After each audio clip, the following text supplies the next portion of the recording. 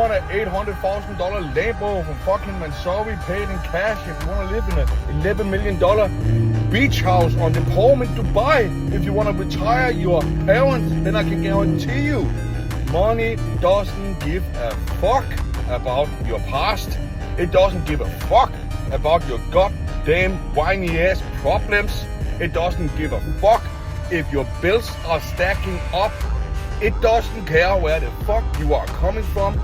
Money moves when you move.